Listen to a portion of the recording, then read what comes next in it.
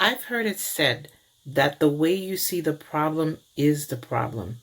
Could it be the realities that you have experienced and are experiencing is because of the way you perceived what you saw? Well, I speak healing and clarity in your mind's sight to see you through the eyes of God, and I challenge you to a perspective check. Hi, everyone. This is Sandra Garcon Dejaville, and I wanted to come on today and talk with you about behavior changes. So, there's this really awesome poem or autobiography. It's called Autobiography in 5 short chapters, and I want to read it to you and discuss it. Chapter 1. I walk down the street. There is a deep hole in the sidewalk. I fall in. I am lost. I am helpless. It isn't my fault. It takes forever to find a way out. Chapter 2. I walk down the same street. There is a deep hole in the sidewalk. I still don't see it. I fall in again. I can't believe I'm in the same place. It isn't my fault. It still takes a long time to get out. Chapter 3. I walk down the same street. There's a deep hole in the sidewalk. I see it there. I still fall in. It's a habit. It's my fault. I know where I am. I get out immediately. Chapter 4. I walk down the same street. There's a deep hole in the sidewalk. I walk around it. Chapter 5. I walk down a different street. So, that is such an a good description of the way we tend to operate in life. And so I want to encourage you when you start to think about behavior change, just because you think about changing, sometimes we'll spend so much time in thinking about change, but never actually doing change. And so you cannot do change without a conscious decision to make a new shift, a new direction. So in this biography, this person kept falling into the same situation over and over and over and over again. And the thing that they were doing at the beginning is that they were feeling lost, they were feeling hopeless, but they were not taking responsibility. In the second chapter, falling into the hole, not being able to see. So she went from not being able to see and falling into the hole and not being at fault for where she is in her life to where she goes down the same street, doesn't see it, fall in.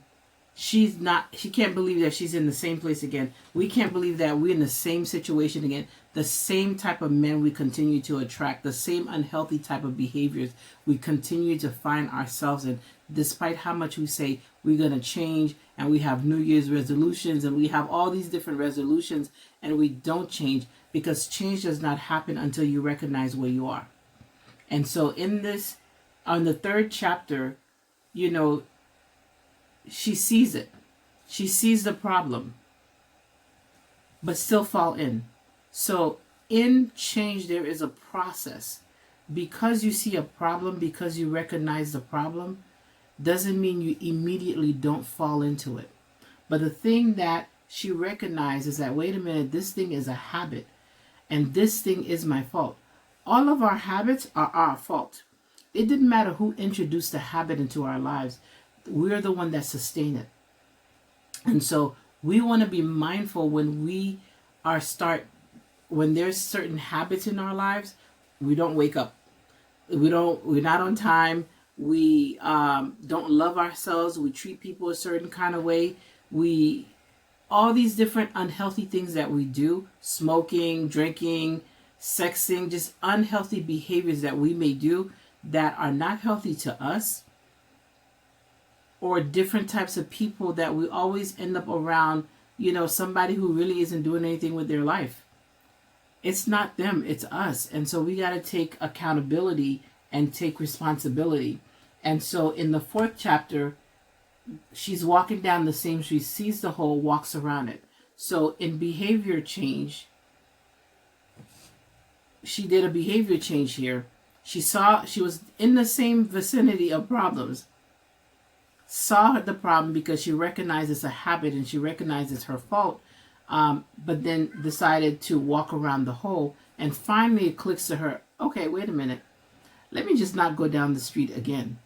And so what will it take for you to stop going down the wrong street, to stop going down into the places that keeps breaking you, to stop going around the people that do not love you, do not value you because they simply don't know how to, or they choose not to. You know, there's since, you know, people about enemies, a new insight that I had gotten recently is about enemies. And when we think about enemies, we're thinking about the people who spitefully are out against us and want to harm us and cause us pain and problems. But the revelation that God gave me recently about enemies is that not enemies are out to, not every enemy is a known enemy to themselves. Meaning, not every enemy is out to harm you. There are some enemies that you have in your life that love you. And how did they love you and become enemies? Because they are looking to get you to go the direction that God did not call for you to go into. You want to study more of the word. You want to continue to grow spiritually. And you got friends that are like, girl, please, you know, put that Bible away. Let's go out to a party. Let's go here. Let's go there. And so you want to go to school. You want to improve on your education. And you have people around you that's like, child, relax. Let's go do something different. So any person that is holding you back from growing and developing, that's an enemy.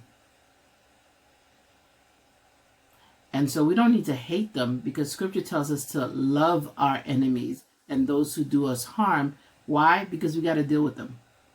And so the encouragement here is be mindful of our patterns, be mindful of our habits, take responsibility for them, learn the secret of walking down a different road, learn the secret, you know, of letting people and situation go that are no longer for you.